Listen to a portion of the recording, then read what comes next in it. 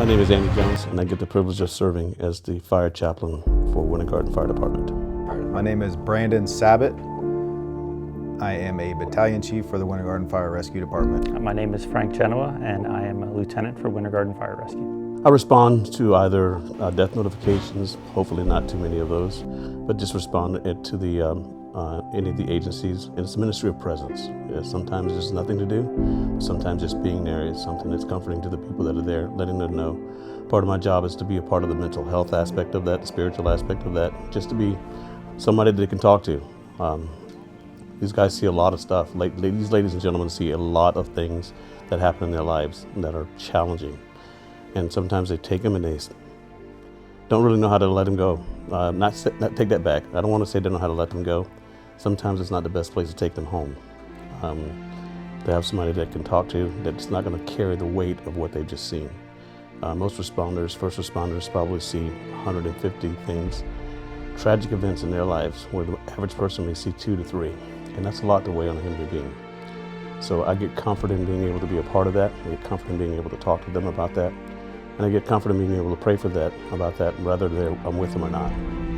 I'm a lieutenant, so I'm kind of in charge of like a group of people. So I kind of try to put my crew first. I make sure that everyone gets food and gets fed. I make sure that they're taken care of. And just kind of putting their needs before my own helps me kind of keep going through the day. When I get off shift, I like to spend time with my family and my dogs. I have a dog that's a therapy dog. I've taken her to several different therapy sessions, either at schools or even here with the fire department. And that kind of aspect of mental health is really good, that I find works for people a lot, is having a pet around. Does really well. How I personally deal with my mental health is just to ensure that I keep an open and honest communication line with my coworkers. We have a great peer support team here at work that each shift has their own certified stress management individuals. Knowing that I can always go to them or that they can go to myself because I'm certified as well. But ensuring that everyone is able to talk to someone. There's going to be the difficult days, difficult calls. We just want to ensure that there's always an outlet for someone to talk to speak to get any help they may need. One of the best days for me was I had to call rescue for myself.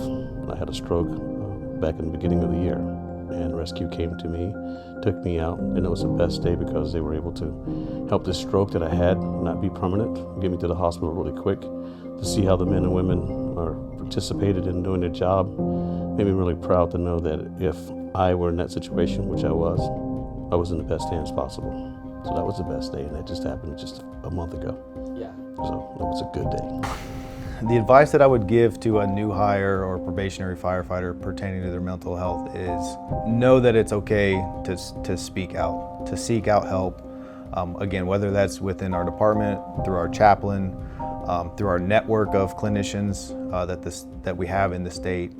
There's so many resources available today to first responders for their mental health, and